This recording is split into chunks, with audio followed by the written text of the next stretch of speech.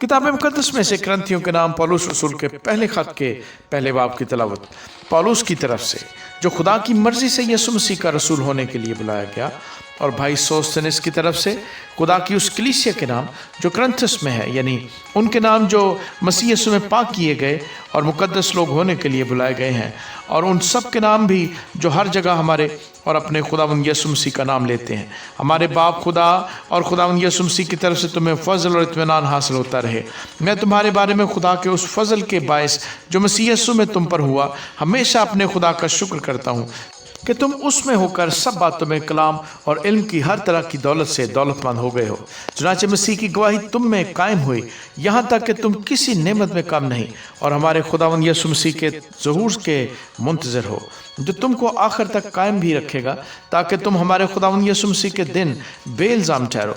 खुदा सच्चा है, जिसने तुम्हें अपने बेटे हमारे खुदावंद यीशु मसीह की शराकत के लिए बुलाया है। अब ए भाइयों, यीशु मसीह जो हमारा खुदावंद है, उसके नाम के वसीले से मैं तुमसे इल्तमास करता हूँ कि सब एक ही बात कहो और तुम में तफरके ना हो, बल्कि बहम यकदिल और यकराय होकर कामिल बने रहो। क्योंकि ए भाइयों, तुम्हारी निस्बत मुझे खलवे के घर वालों से मालूम हुआ कि तुम में झगड़े हो रहे हैं।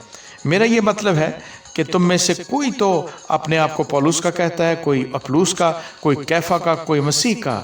क्या मसीह बट गया? क्या पौलुस तुम्हारी खातिर मसलूब हुआ, या तुमने पौलुस के नाम पर बपतिस्मा लिया?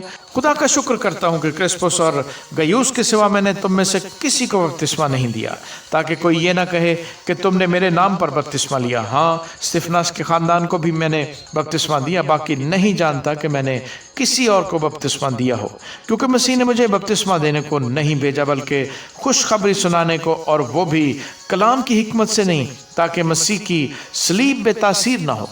क्योंकि सलीब का पैगाम हलाक होने वालों के नज़दीक तो बेवकूफ़ी है, मगर हम नजात पाने वालों के नज़दीक खुदा की कुदरत है। क्योंकि लिखा है कि मैं हकीमों की हिकमत को नेस्त और अक्लमंदों की अक्ल को रद्द करूंगा। कहाँ का हकीम, कहाँ का फ़कीह, कहाँ का इस जहान का बहस करने वाला? क्या खुदा ने दुनिया की हिकमत को बेवकूफ़ी नहीं ठहराया? इसलिए कि जब खुदा की हिकमत के मुताबिक दुनिया ने अपनी हिकमत से खुदा को न जाना, तो खुदा को ये पसंद आया कि इस मुनादी की बेवकूफ़ी के वसीले से ईमान लाने वालों को नजात दे।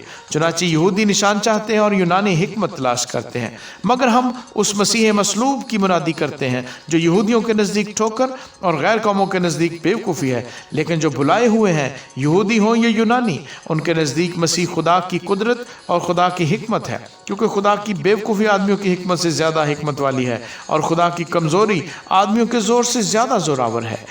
ए भाइयों, अपने बुलाए जाने पर तो निगाह करो कि जिस्म के लिहाज से बहुत से हकीम, बहुत से इख्तियार वाले, बहुत से अशराफ नहीं बुलाए गए, बल्कि खुदा ने दुनिया के बेवकूफ़ों को चुन लिया कि हकीमों को शर्मिंदा करे, और खुदा ने दुनिया के कमज़ोरों को चुन लिया कि ज़ोरावरों को शर्मिंदा करे, और खुदा ने दुनिया के कमीनों और हकीरों को, बल्कि बेवजूदों को चुन लिया कि मौजूदों को नेस्त करे, ताकि कोई बशर खुदा के सामने फ़ख्र न करे।